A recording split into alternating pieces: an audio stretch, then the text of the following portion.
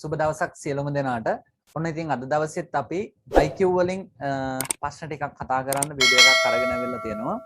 IQ Lanka YouTube channel එක subscribe කරලා නැත්නම් තාම ඕගොල්ලෝ subscribe කරන්න. ඒ වගේම තමයි අපි දාන අලුත්ම වීඩියෝ එක ඉක්මනටම බලන්න දැනගන්න අවශ්‍යයි නම් bell icon එක click කරලා තියාගන්න. යාළුවන්ට බලන්න වීඩියෝ එක share කරන්නත් අමතක කරන්න එපා. ඕගොල්ලන්ට ගැටලු තියෙනවා නම් පහලින් කමෙන්ට් කරන්නත් ඕගොල්ලෝ මතක තියාගන්න. හරි. එහෙමනම් අද දවසේ අපි IQ සම්බන්ධව තවත් කෙටිකම ආශ්‍රයෙන් ගැටලු 10ක් කතා කරනවා. බලමු මොනවද ගැටලු 10 කියලා. හොඳයි. අපි බලමු අද අරන් තියෙන පළවෙනි ගැටලුව රිලෙව් එක ගැන පොඩි ප්‍රශ්නයක් තියෙන්නේ. හරි. විනාඩියකට මීටර 13ක් ගසකට බඩ ගන්න වඳුරේ. හරි. ඊළඟ විනාඩියේදී මීටර 6ක් පහතට ලිස්සයි.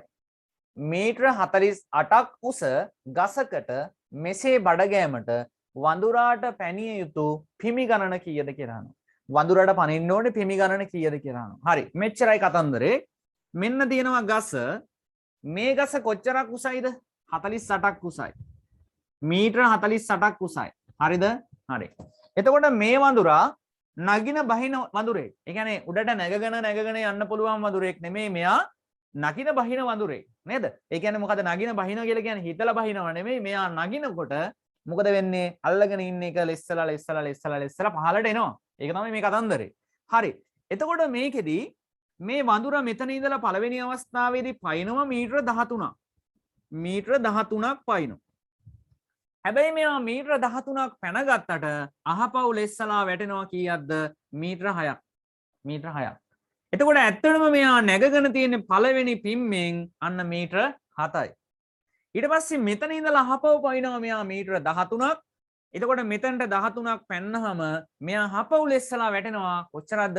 මීටර 6ක්. මීටර 6ක් වැටෙනවා. එතකොට මෙතන ඉඳලා අහපව මීටර 7ක් මෙයා එනවා. මෙන්න මේ වගේ. එතකොට එක පිම්මකදී 13ක් පැනගත්තට ඇත්තටම මෙයා පයින්නේ කීයද? මීටර 7යි. කොහොමද අපි ඒක හොයන්නේ? ඒක හොයන්නේ අපි මෙහෙමනේ. ඇත්තටම පනින ප්‍රමාණය හොයන්නේ මීටර 13යි එක පිම්මකදී පනින ප්‍රමාණය. මෙයා අහපව් පහළට ලිස්සලා වැටෙන ප්‍රමාණය නැත්තම් රූටල යන ප්‍රමාණය ලිස්සන ප්‍රමාණය 6 නිසා ඒ අතර වෙනස ඇත්තටම 7යි. අන්න ඇත්තටම වඳුරා ඉහළට නගින ප්‍රමාණය පිම්මකදී නගින ප්‍රමාණය අපි හොයාගත්තා. හරි. ඊට පස්සේ තමයි මෙයා ඔහොම ක්‍රමයෙන් ඇවිල්ලා අවසාන පිම්ම පයින්නවා. ඒත් කීයක්ද? මීටර 13ක්. හැබැයි මෙයා ලෙස්සනවද? ලෙස්සන්නේ කොහෙටද? මෙයා මුදුනට පැන්නාම මෙතන එල්ලෙනවා. එතකොට මෙයා පව පහළට වැටෙන්නේ. හරි. එහෙනම් අවසාන පිම්මේදී මෙයා මීටර 13ක් පයින්. අනිත් සෑම පිම්මකම මෙයා 7 ගානේ පයින්. එතකොට සමාන මීටර ප්‍රමාණයක් පනින පිමි තියෙනවා. 13ක් කියන මෙන්න මේ එක පිම්මකදී පයින් ප්‍රමාණයෙන් පනින පිම්මක් තියෙනවා. එතකොට මේකෙදි අපිට සම්පූර්ණ ප්‍රමාණය 48ක් යන්න තියෙනවා මීටර. මේකෙන් අපි අර අවසාන පිම්මේදී පයින් ප්‍රමාණය අඩු කරොත් අපිට ලැබෙනවා කීයක්ද? 35යි. 8න් 3ක් 5යි 4න් 1ක් 3යි. දැන් මෙතන අපිට ලැබෙනවා මොකක්ද ලැබෙන්නේ? මේ වඳුරා නගින බහින ලෙවල් එක. ඒ කියන්නේ එයා ඉහළට නගිනකොට අහපව් ලෙස්සන නිසා අන්න නගින බහින ප්‍රමාණය කොච්චරයිද කියලා හම්බෙනවා. එතකොට මෙයා නැගලා බහලා යන්නේ එක පිම්මකදී 7යි. එහෙනම් ඒ වගේ මෙයාට පිමි පයින්න ඕනේ ගාණක් තියෙනවා. මීටර 35ක් පැනගෙන යන්න ඕනේ 7 ගාණ. එහෙනම් අපිට පුළුවන් මේකෙදි බෙදන්න 7ෙන්. එතකොට මෙයාගේ කොච්චරක් පිමි පයින්න ඕනද කියලා එනවා. එහෙනම් මෙන්න නගින බහින ලෙවල් එකෙන් මෙයා පිමි 5ක් පයින්නවා. අන්තිම අවස්ථාවේදී මෙයා එක පිම්මක් පයින්නවා. අන්න පිමි ගාණ 7යි. මේ 6යි. පිමි ගාණ 6යි. එහෙනම් හරි ලේසි. මේක මේ දීර්ඝ කතාවක් වුණාට අපිට මේක එක එල්ලේ තප්පර දෙකෙන් ගන්න පුළුවන්. හරිද? කොහොමද ගන්නෙ? බැලුවා ගහේ උස කොච්චරයිද? 48යි. ඊට පස්සේ අවසාන පිම්මේදී කොච්චරයිද? 13යි. මෙන්න 48යි අඩු කරගත්ත 13යි. අන්න නගින බහින ලෙවල් එක ආව කීයයිද? 35යි. 35 අපි බෙදනවා අර දෙන්නගේ වෙනසින්. ඒ දෙන්නගේ වෙනස කීයද? 7යි. එහෙනම් අපිට ලැබෙනවා පිළිතුරක් 5යි. එහෙනම් පිමි 5යි. මෙතන 1යි 6යි. ඔන්න හරි සරලයි කතන්දරේ. හරිද? හරි. එහෙමනම් ඔන්න මේකෙදි මේ වඳුරා පනින පිමි ගාන අහන්නේ. හොඳට අවබෝධ කරගන්න ඕනේ මෙතන අහන්නේ පිමි ගාන. හරි? පිමි ගාන අහන්නේ. හොඳයි. මම අරන් තියෙන දෙවෙනි ගැටලුව කලින් වඳුරමයි හැබැයි අහන්නේ මෙතන විනාඩි කීයක් ගත වෙනවද කියලා. හොඳයි ගැටලුවේ තියෙනවා විනාඩියකට මීටර 13ක් ගසකට බඩ ගන්න වඳුරෙක් ඊළඟ විනාඩියේදී මීටර 6ක් පහතට ලිස්සයි. මීටර 48ක් උස ගසකට මෙසේ බඩ ගෑමට වඳුරාට විනාඩි කීයක් ගත වේද? දැන් වඳුරා ගහට නග්ගන විදිය ඔයගොල්ලෝ දන්නවා. නේද? වඳුරා ගහට නග්ගන විදිය දන්නවා. කොහොමද? මෙයා විනාඩි 13ක් යනවා අහපව් 6ක් බහිනවා. මෙයා 13ක් යනවා අහපව් බහිනවා. යනවා බහිනවා. නගිනවා බහිනවා. හැබැයි අවසාන පින්ම බහිනවා. අන්න ඒ ක්‍රමයටනේ යන්නේ. හරි. දැන් සිද්ධිය අපි දන්නවා එහෙනම් අපි අර විදිහටමයි සම්පූර්ණ උස 48ක් නගින්න තියෙනවා. එහෙනම් අපි මේකෙන් අඩු කරනවා අර අවසාන පින්ම 13යි. එතකොට එතන විනාඩියක් ගත වෙනවා. අන්න විනාඩියක් ගත වෙනවා කියලා අපි මතක තියාගන්න. හරි? එතකොට මෙතන තියෙනවා කීයක්ද? 35ක්. දැන් 35 බලන්න පින්මකදී පයින්නවා මෙයා කීයක්ද? 7ක්. ඇයි? නගින බහින ලෙවල් එකකින් පයින්නවා 7ක්. හැබැයි එතකොට අපිට බලන්න පුළුවන් එහෙනම් එක පින්මකදී මෙයා නැගලා අහපව් ලිස්සලා ඇත්තටම මෙයා බඩ ගාගෙන යනවා 7ක්. එහෙනම් එහෙම මෙයාට බඩ ගන්න කොච්චර කාලයක් යනවද? විනාඩි 2ක් යනවා. විනාඩි 2ක් යනවා. එතකොට 7ේව 35ට තියෙනවනේ 5ක්. ඒ කියන්නේ මෙයා එහෙනම් බඩ ගන්නවා අර වගේ නගින බහින ලෙවල් එකෙන් කී පාරක්ද? 5 පාරක්. ඒ සඳහා ගත වෙනවා විනාඩි කීයක්ද? 2ක්. ඔන්න හදාගන්න විදිය. හැබැයි මේ ඉන්නේ නගින බහින ලෙවල් එකනේ. හැබැයි නගින නැත්නම් අවසාන පිම්මේදී මෙයාට විනාඩියක් ගත වෙනවා. අවසාන පිම්මේදී මෙයාට විනාඩියක් ගත වෙනවා. එහෙනම් 5 අරක් 2 10යි 1යි 11යි. බලන්න වැඩේ අවබෝධ වුණාට පස්සේ අපිට තප්පර 2යි 3යි ගාන හදා ගන්න පුළුවන්. හරිනේ පැහැදිලිනේ? ඔන්න විනාඩි 11යි. හොඳයි. තුන්වෙනි ගැටලුවේදී මම ආයෙත් තරම් තියෙනවා රිලෙවෙක්. දැන් රිලව නගින බහින රිලවගේ නගින බහින විදිය දන්නවනේ නේද? රිලවගේ නගින බහින විදිය ඔයගොල්ලෝ දන්න හොඳට. හරි. එතකොට මෙයා උඩට නගිනවා අහපව වැටෙනවා. එතකොට දැන් අපිට මේකෙදි කියනවා අපි එකපාර ගානට ගිහිල්ලා බලමු.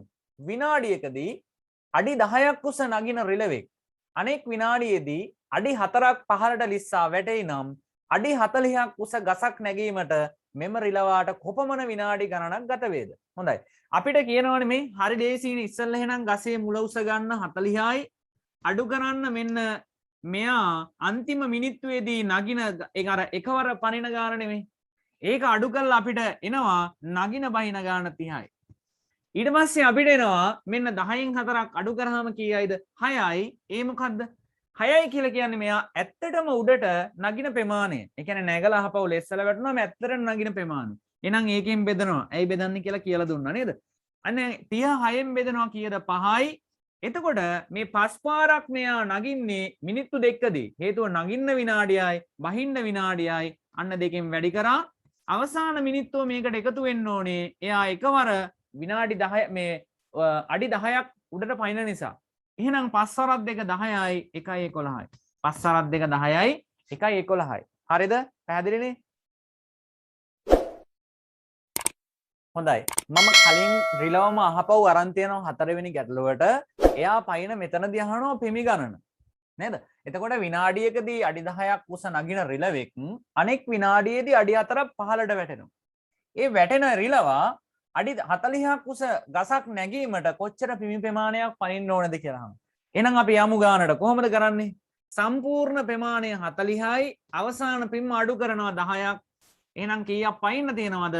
අන්න නගින බහින ගානේ පයින්න පුළුවන් අඩි 30ක්. එතකොට එක වතාවකදී මෙයා ඇත්තටම නගිනවා 10න් 4ක් අඩු වුණාම 6යි. එහෙනම් 5ක් නගිනවා නේද? මේ sorry 6ක් නගිනවා. එතකොට 30 6න් බෙදුවාම 5යි. එහෙනම් ඒ වගේ පිමි 5ක් පයින්නවා. එතකොට එහෙනම් අන්න එතකොට දැන් මේ නගින බහින ගානේ පිමි 5ක් පයින්නවා. මෙයා අවසාන මිනිත්තුවේ තවත් පිම්මක් පයින්නවා. එහෙනම් පිමි ඔක්කොම 6යි. පිමි ඔක්කොම 6යි.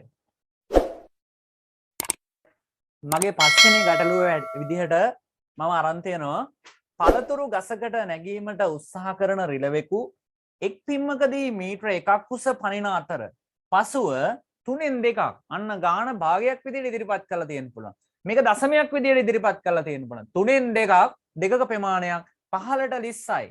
ගසේ උස මීටර 4ක් නම් රිලවාට ගසේ මුදුනට නැගීමට පැනිය යුතු පිමි ගණන කීයද කියලා අහනවා. එතකොට දැන් අපි දන්නවා ගහේ උස කොච්චරයිද? ගහේ උස මීටර 4යි කියනවා. එහෙනම් 4යි ඇත්තටම එතකොට මේ එක් පිම්මකදී පයින්න මොකද අවසාන පිම්ම මෙයා සම්පූර්ණ කරන නිසා අන්න අඩු කරනවා අපි යනවා ගානට අඩු කරනවා. එතකොට අපිට ලැබෙනවා මීටර 3ක ප්‍රමාණයක් මෙයා පනින්න ඕනේ. දැන් මේක බෙදනවායි මේ බෙදීම දාන්න නැත්තේ මම මෙතන භාගයකින් බෙදෙන්න වෙන හින්දා. හරි? මෙතන භාගයකින් බෙදෙන්න වෙන හින්දා. එතකොට අපිට එනවා මෙන්න 3න් 2යි. එතකොට අපි දන්නවා මීටර එකක් කියලා කියන්නේ 3න් 3යි. භාග දන්නවනේ 3න් 3යි. එතකොට 3න් 2ක් අහපව් ලෙස්සනවා කියලා කියන්නේ මෙයා ඇත්තටම කොටස් මේ මීටරේ කියන එක කොටස් 3කට බෙදුවොත් ඒකෙන් කොටස් දෙකක් අහපව් ලෙස්සනවා කියලා කියන්නේ මෙයා 3න් 1යි ඇත්තටම නගින්නේ. ඇත්තටම නගින්නේ 3න් 1යි. එහෙනම් දැන් අපි ඇත්තටම නගින ප්‍රමාණයනේ බෙදන්නේ. එහෙනම් 3න් 1කින් බෙදනවා මේක.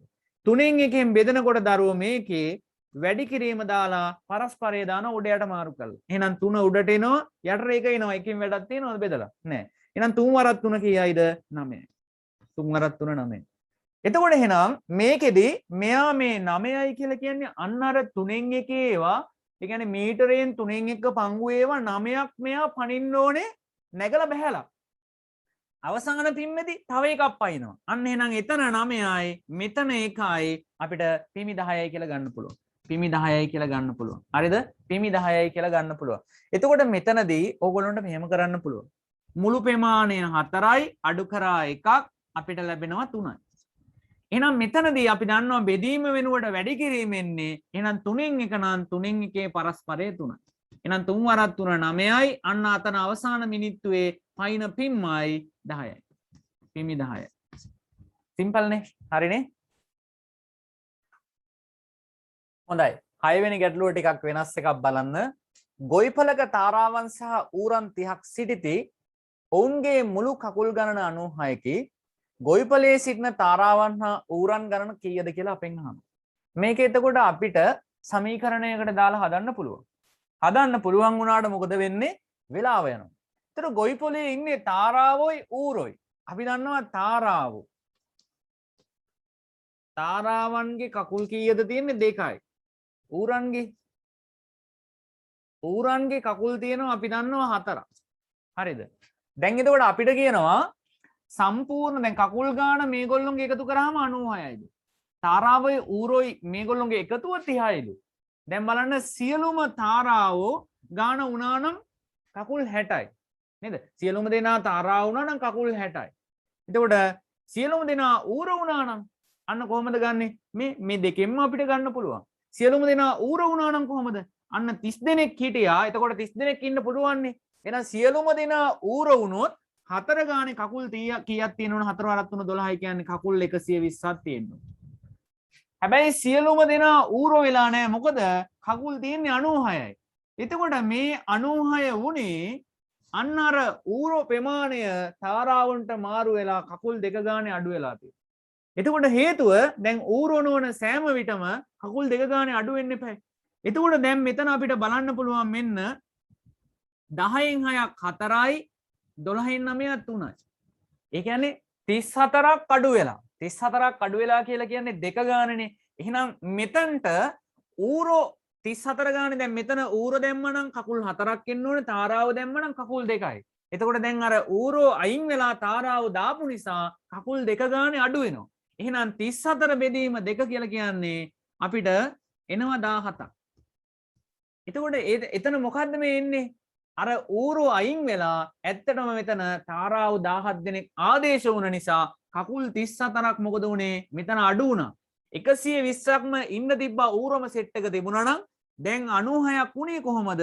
තාරාව මෙතනට ආපු නිසා තාරාවකින් කකුල් දෙකක් එනවනේ. එතකොට 4ම අඩු වෙන්නේ අර ඌරන්ගේ වැඩි දෙක අඩු වෙනවා. එහෙනම් තාරාව 17යි නම් අපිට කියනවා සත්තු ඔක්කොම 30යිලු. එහෙනම් ඉතිරි අඩුව 13යි නේද? ඉතිරි අඩුව 13යි. එතකොට එහෙනම් මේක හදන්නේ කොහොමද?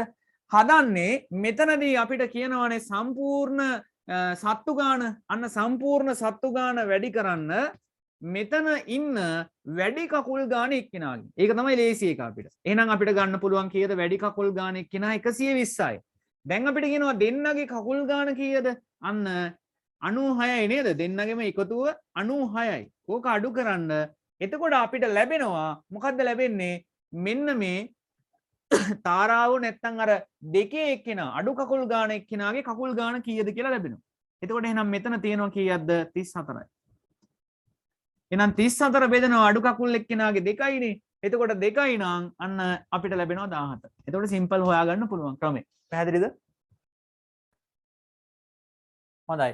අපේ ඊළඟ ගැටලුව බලන්න කාසි සම්බන්ධ මුදල් සම්බන්ධ ගැටලුවක් මම අරන් තියෙන්නේ. කැටයක පහේ කාසි හා දෙකේ කාසි 20ක් ඇත. පහේ කාසි හා දෙකේ කාසි වල වටිනාකම රුපියල් 58යි.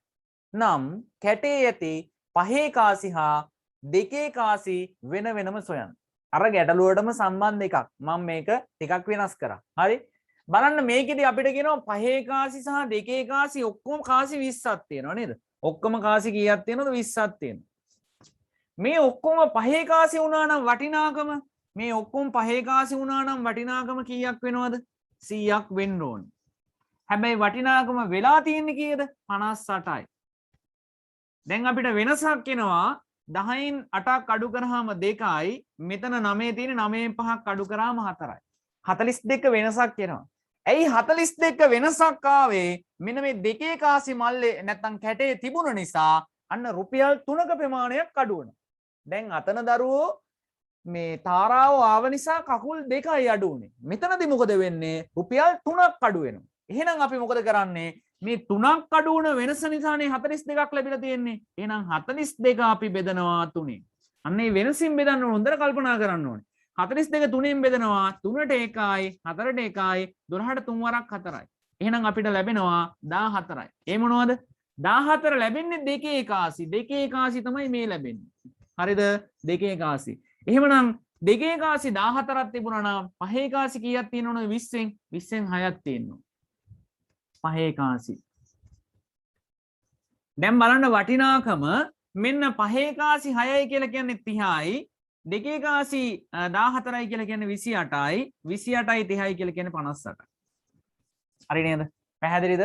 හරි.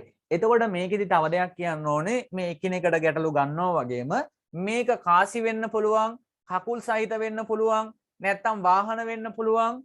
මොකක් හරි මෙන්න මේ සම්බන්ධයෙන්. ඒ කියන්නේ මොකද්ද? එකිනෙකට වෙනස් සම්බන්ධතා දෙකක් එක්ක ඒකේ තියෙන ප්‍රමාණයයි ඒ තියෙන ප්‍රමාණයේ වටිනාකමයි. එක්ක එකතුව මොකක් හරි. අගේ මේ සල්ලි නම් එකතුවක් වෙන්න ඕනේ, වාහන නම් රෝද ප්‍රමාණය වෙන්න ඕනේ, සත්තු නම් කකුල් වෙන්න ඕනේ. අන්න ඒ වගේ තියෙන මොකක් හරි සම්බන්ධතාවයකදී මේක තමයි කරන්න තියෙන්නේ. කරන්න තියෙන්නේ මොකද්ද? මේකෙදී වැඩි එක්කෙනාගෙන් සම්පූර්ණ ප්‍රමාණය කොච්චරක් තියෙනවද කියලා අරගන්න නම් අපි මොකද කරන්නේ? මේකේ හැටියට නම් 25න් වැඩි කරන්න ඕනේ. ඒ කියන්නේ අපිට තියෙන කාසි ප්‍රමාණය වැඩි කරනවා වැඩි එක්කෙනාගෙන්. එතකොට අපිට එයාත් හිටියනම් කීයද කියලා ලැබෙනවා.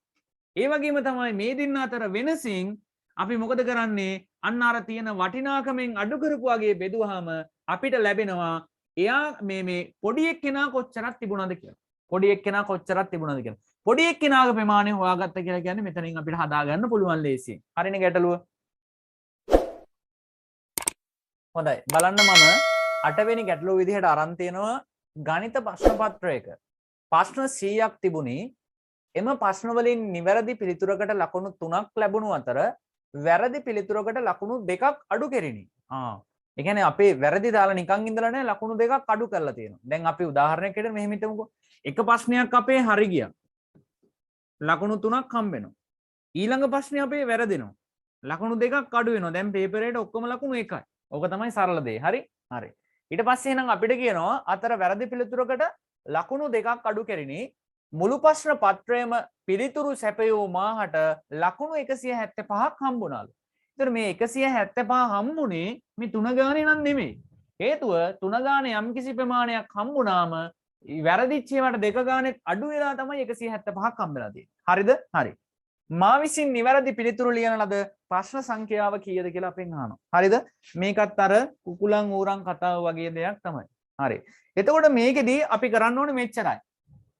ප්‍රශ්න පත්‍රයේ ප්‍රශ්න 100ක් තියෙනවා. අපි නිවැරදිව පිළිතුරු සැපයුවා නම් අපිට හම්බ වෙනවා ලකුණු 300ක්. ලකුණු 300ක් හම්බෙන්න තිබුණා. හැබැයි හම්බුනේ කීයද? 175යි. ඇයි 175ක් හම්බුනේ? එතකොට එහෙනම් දැන් 175ක් හම්බුනේ මොකද්ද? ප්‍රශ්න වැරදි සහ ප්‍රශ්න වැරදීම නිසා අඩු කරපු නිසා. එතකොට ප්‍රශ්නයක් අපි වරදිනවා කියලා කියන්නේ අපිට නිවැරදිව ලකුණු 3ක් හම්බෙන්න තිබුණා. ඒ 3ත් අහිමි වෙනවා. එතනින් තව 2ක් අඩු වෙනවා කියලා කියන්නේ ඇත්තටම එහෙනම් 3යි 2යි 5ක්ම අඩු වෙනවා. බලන්න හරියට හරි.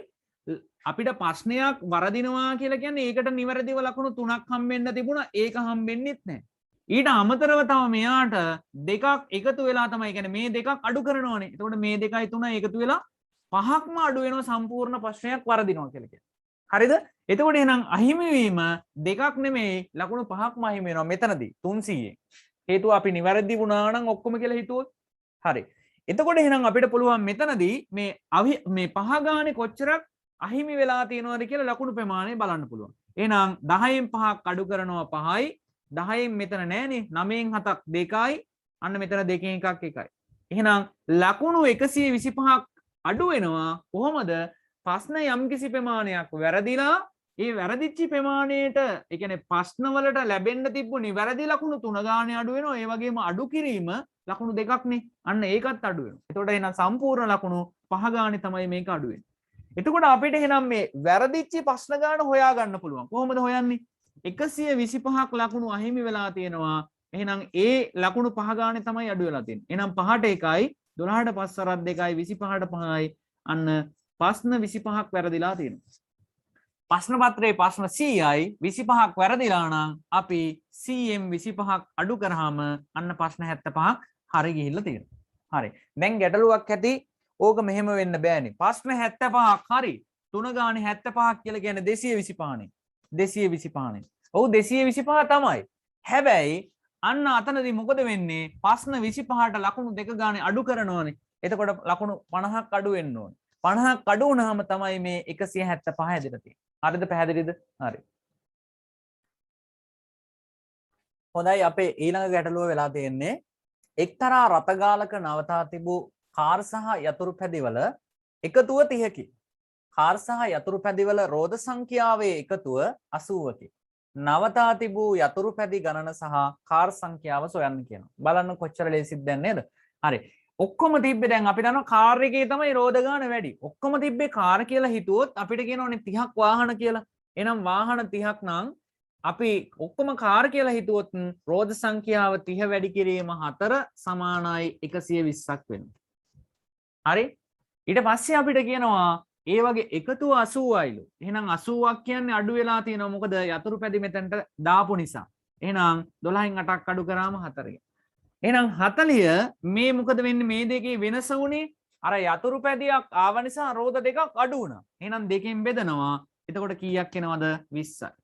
එහෙනම් යතුරු පැදි 20යි නම් අපි දන්නවා කාර් සංඛ්‍යාව 10ක් වෙන්න ඕනේ. දැන් හරි ලේසි.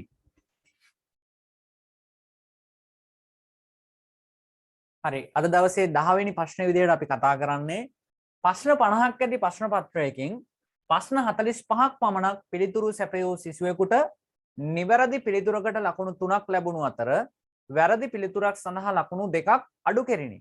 ප්‍රශ්න පත්‍රයේ සඳහා ලකුණු 110ක් ලැබුණේ නම් ඔහු සැපයූ නිවැරදි පිළිතුරු ගණන සොයන්න. හරි. අපිට කියනවා මෙතනදී ප්‍රශ්න 50ක් තිබුණලු ප්‍රශ්න 45කට තමයිලු මෙයා පිළිතුරු සපයන්නේ. හැබැයි අපිට මේ ප්‍රශ්නේදී කොහෙවත් කියලා නැහැ මෙයා සපයන්නේ නැති පිළිතුරු සඳහා ලකුණු අඩු කරනවාය ඒ සඳහා ලකුණු හිමි වෙනවාය කියලා නැහැ. කියලා තියෙන්නේ වැරදි පිළිතුරක් ලැබුණොත් අන්න මේ නිවැරදි පිළිතුරකට 3යි වැරදි එකට කීයයිද ලකුණු 2ක් අඩු කරනවා කියලා විතරයි කියලා තියෙන්නේ. එහෙනම් මෙයා ප්‍රශ්න පත්‍රයේ ප්‍රශ්න 45කට ලියලා තියෙනවා නම් අපිට පුළුවන් බලන්න මෙයා 45න් 45ටම නිවැරදිව පිළිතුරු සැපයුවා නම් 3 ගාන කීයක් හම්බෙන්න තිබුණාද කියලා. හොඳට මතක තියාගන්න. අපි ඉස්සල්ලා ගත්තේ සම්පූර්ණ ප්‍රමාණයට. මොකද හෙතන එයා සම්පූර්ණ ප්‍රශ්න පත්‍රයටම පිළිතුරු සැපයුවා කියලා කිව්වා. හැබැයි මෙතනදී අපිට කියන්නේ ප්‍රශ්න 45කට විතරයි එයා නිවැරදිව පිළිතුරු සපයන්න උත්සාහ කරලා තියෙන්නේ.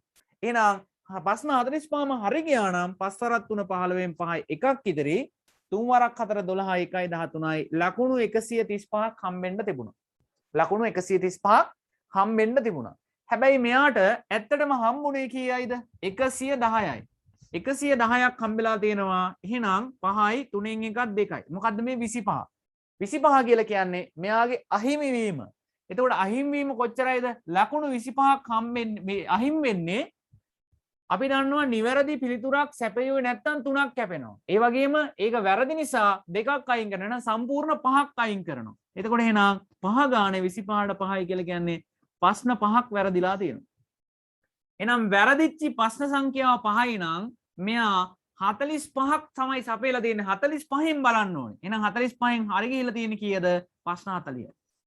ප්‍රශ්න 40ක් තමයි හරි ගිහිල්ලා තියෙන්නේ. තේරුණාද? අන්න නිවැරදි පිළිතුරු සංඛ්‍යාව අපි ගත්තේ 45 ඉඳලා. මෙයා 45කට සැපයුවා නම් කියලා. එහෙනම් 45න් තමයි 5ක් වැරදුනා කියලා අපි හිතන්න ඕනේ. එතකොට 40යි. හරිද? මෙතකොට මේ විදිහට අපිට විවිධාකාරයෙන් මේ ප්‍රශ්නේ අහන්න පුළුවන්. ඒ කොහොම ඇහුවත් මේ කතා කරපු ගොඩක් ඒවා එක විදිහට යන ඒවා තියෙන්නේ වෙනස් ස්වරූපේ. හරි? හොඳට බලන්න ඕන. ඔන්න දරුවනේ එහෙනම් අපි අද දවසේ වීඩියෝ එකේ අවසානයට ඇවිල්ලා තියෙන්නේ. ඕගොල්ලොන්ට මං හිතන්නේ අද කතා කරපු ගැටලු 10 සම්බන්ධයෙන් තේරෙන්නේ නැති. ඉතින් ඕගොල්ලොන්ට කියන්න තියෙන්නේ මේ ගැටලු සමාන ගැටලු තියෙන ඒවා ටිකක් විවිධ ස්වරූපෙන් එන්න පුළුවන්.